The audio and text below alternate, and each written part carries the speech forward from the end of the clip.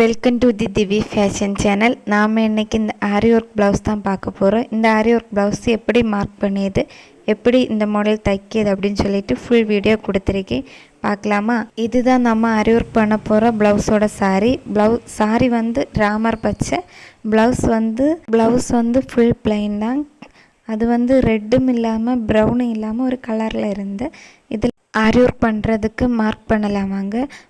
அதுக்காக ப்ளவுஸ் பீஸில் அளவு ப்ளவுஸ் மேலே வச்சு தான் மார்க் பண்ணி எடுக்கேன். இது வந்து ஒரு ஈஸி மெத்தடு. ஆனால் இது மார்க் பண்ணும்போது கொஞ்சம் பார்த்து பண்ணுங்கள். கழுத்து வந்து எவ்வளோ இறக்கம் வேணும் அப்படின்னு சொல்லிட்டு பார்த்து கரெக்டாக ரவுண்டுக்கு நான் ரவுண்ட் நெக் தான் எடுத்திருக்கேன். ரவுண்ட் நெக் எடுத்திருக்கேன். லென்த்து வந்து அந்த ப்ளவுஸை விட கொஞ்சம் கூட 2 இன்ச்சாவது கூட்டி போடுங்க. அப்போ தான் மடக்கி அடிக்கும்போது கரெக்டாக இருக்குது. நான் கொஞ்சம் கூட டார்க் பண்ணி எடுத்துக்கிறேன். பாருங்கள், வீடியோவில் காட்டுற மாதிரி பேக்கு பீஸுக்கு ஆப்போசிட்டு சைடில் தான் வந்து ஃப்ரெண்டுக்கு அளந்து எடுத்துக்கிறேன். பேக்குக்கு எப்படி அளந்தோமோ அதே மாதிரி அளந்துட்டு ஃப்ரெண்டுக்கு வந்து நெக்கு ரவுண்ட் நெக் தான் போட்டிருக்கேன். அதையும் பார்த்து மார்க் பண்ணி எடுத்துக்கோங்க. ஃபுல்லாக மார்க் பண்ணி எடுத்த நமக்கு தேவையான அளவுக்கு வந்து ஃப்ரெண்டில் ஆரி ஒர்க் பண்ணி எடுத்துக்கலாம். அதுக்கு ரெண்டுக்கும் ஆப்போசிட்டு தான் வந்து கைக்கு எடுத்துக்கிறேன். கைக்கு இதுக்கு வரைஞ்சி எடுக்கலை, இது முடித்த பிறகு தான் வரைஞ்சி எடுத்துக்கிறேன். அதுக்கப்புறம் நமக்கு ஆரி ஒர்க் பண்ண ஸ்டார்ட் பண்ணலாம். ஆரி ஒர்க்கு ஸ்டாண்ட் என்கிட்ட கிடையாது, அதனால் ஃப்ரேம் வச்சு தான் பண்ண போகிறேன். அதை ஃப்ரேமில் ஆரி ஒர்க்கு ஸ்டாண்ட் இருக்கிறவங்க ஆரி ஒர்க்கு ஸ்டாண்டை யூஸ் பண்ணி பண்ணிக்கோங்க. ஃபஸ்ட்டு சரி த்ரெட் தான் எடுத்திருக்கிறேன். சரி த்ரெட் யூஸ் பண்ணி நெக்கு வந்து சரி த்ரெட் போட்டு எடுத்துக்கலாம்.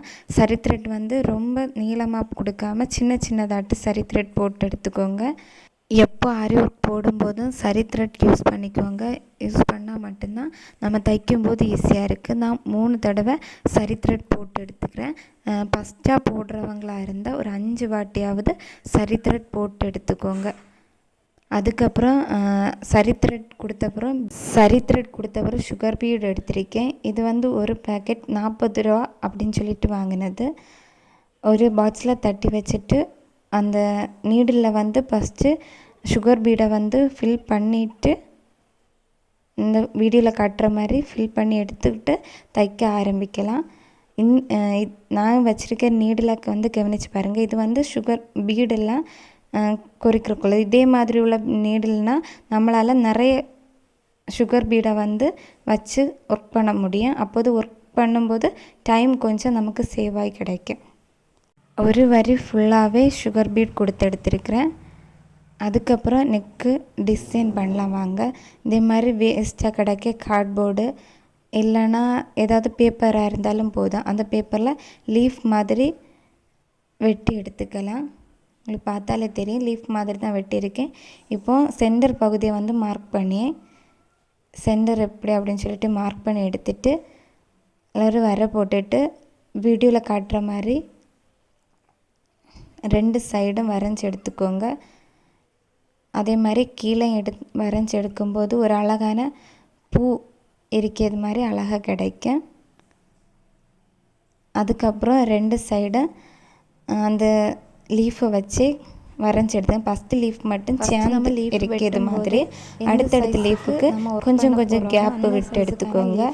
அது துணியில் வரையும் போது அழகாக இருக்குது. நம்ம டிசைட் பண்ண அளவை விட அது வந்து பெருசாக இருக்குது. அது நம்ம தைக்கிறதுக்கு கஷ்டமாக இருக்குது. அந்த ஃபினிஷிங்கும் பார்க்க நல்லா இருக்குது. அது உங்களுக்கு எவ்வளவு தேவையோ அதே மாதிரி அளவுக்கு வெட்டி எடுத்துக்கோங்க. அதுக்கப்புறம் ஒரு சைடு எப்படி நம்ம வரைஞ்சோமோ அதே மாதிரி இன்னொரு சைடு வரைஞ்சிருக்கேன். இது வந்து கொஞ்சம் கூட ஹைலைட் பண்ணதற்காக லைட்டாக வள்ளி போகிறது மாதிரி வரைஞ்சிருக்கேன். அந்த வீடியோவில் பார்த்தாலே தெரியும். 2 சைடும் வரைஞ்சி எடுத்த பிறகு ஒர்க் பண்ண ஸ்டார்ட் பண்ணலாம். அதுக்கப்புறம் சின்னதாக கிளை மாதிரி போகிறது மாதிரியும் வரைஞ்சி எடுத்துக்கிறேன். இப்போ ஃபைனலாக இப்படி தான் இருக்குது. இனி நம்ம ஒர்க் பண்ணலாம். இதுக்கு வந்து சுகர் பீடு தான் எடுத்திருக்கேன். ஆனால் ஃபஸ்ட்டு ஸ்டார்ட் பண்ணும்போது 2 mm பீடு எடுத்திருக்கேன்.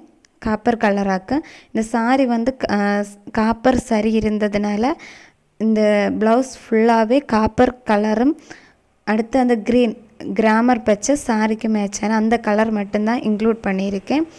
இப்போ காப்பர் கலரில் ஃபஸ்ட்டு மட்டும் ஒரு பெரிய முத்து போட்டுட்டு ஃபுல்லாக சுகர் பீட் தான் யூஸ் பண்ணியிருக்கேன். ஃபஸ்ட்டு 2 ml பெரிய முத்து போட்டுட்டு அதுக்கப்புறம் சுகர் பீட் போட்டிருக்கேன். சுகர் பீடை ஃபஸ்ட்டு லோட் பண்ணி எடுத்துகிட்டு போட்டுட்டு அதுக்கப்புறம் கிளக்கி போடக்க அதுக்கு ஃபஸ்ட்டு பெரிய முத்து, அடுத்து வந்து ஒரு 3 சுகர் பீடு அதே மாதிரி தான் கிளக்கி போட்டிருக்கேன். சரித்து போடுங்க, ஸ்ட்ரைட்டாக போடாமல் வீடியோவில் பார்க்குறது மாதிரி சரித்து போடுங்க. அப்போ தான் அந்த ஒரு இலை மாதிரி அந்த கிளையில் வந்து போகிறது மாதிரி பார்க்குறதுக்கு அழகாக இருந்தது. அதுக்கப்புறம் அந்த லீஃபை வந்து சுற்றி சுகர் பீடு எடுத்திருக்கேன். இதில் ஃபுல்லாகவே சுகர் பீடு தான் நிறைய யூஸ் பண்ணியிருக்கேன். நான் சுகர் பீடு எடுத்து ஒர்க் பண்ணி முடிச்சும்போது இப்படி தான் இருந்தது. இதுக்கு பிறகு உள்ளே நம்ம சுகர் இந்த லீஃபுக்கு உள்ளே ஃபில் பண்ணலாம். ஒரு சைடு வந்து ராமர் பச்சை கலர் பீட்ஸ் எடுத்திருக்கேன், இன்னொரு சைடு சில்க் த்ரெட் எடுத்திருக்கேன் அதே கலர். ஒரு சைடு பீட்ஸை வந்து சரித்து தான் கொடுத்துருக்கேன், ஸ்ட்ரைட்டாக கொடுத்துடாதுங்க, நல்லா இருக்காது. சரித்து ஒரு 3-4 முத்து மாதிரி அந்த உங்களுக்கு லீஃபுக்கு எந்த அளவு தேவைப்படுறதோ அதே மாதிரி சரித்து கொடுத்தா ஃபினிஷிங் வந்து பார்க்குறதுக்கு அழகாக இருக்கும். ஒரு சைடு முத்து கொடுத்தா இன்னொரு சைடு நான் சில்க் த்ரெட் கொடுத்துருக்கேன்.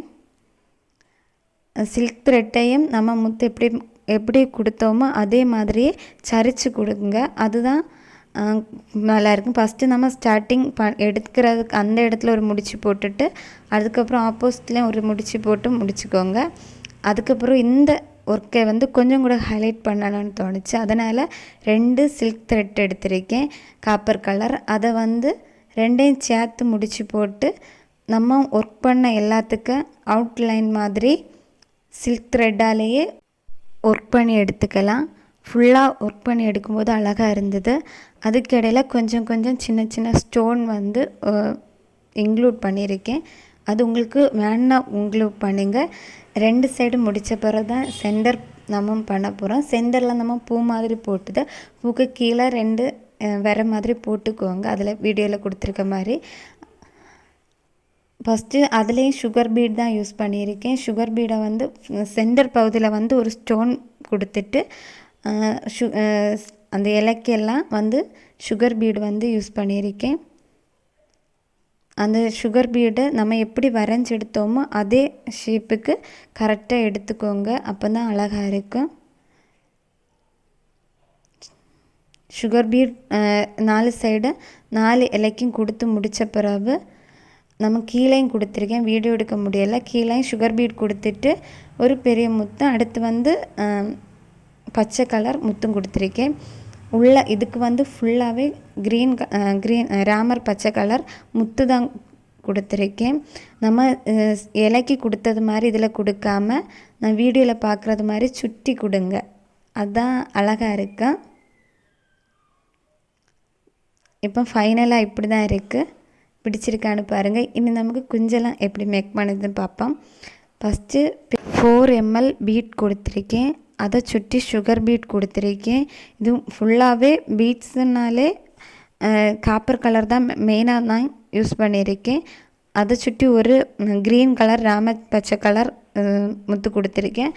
அதுக்கப்புறம் மீண்டும் சுகர் பீட் கொடுத்துருக்கேன். அதுக்கப்புறம் 4 ml பீட்ஸையும் சுகர் பீடை ஒன்று அப்படி போட்டு கொடுத்துருக்கேன்.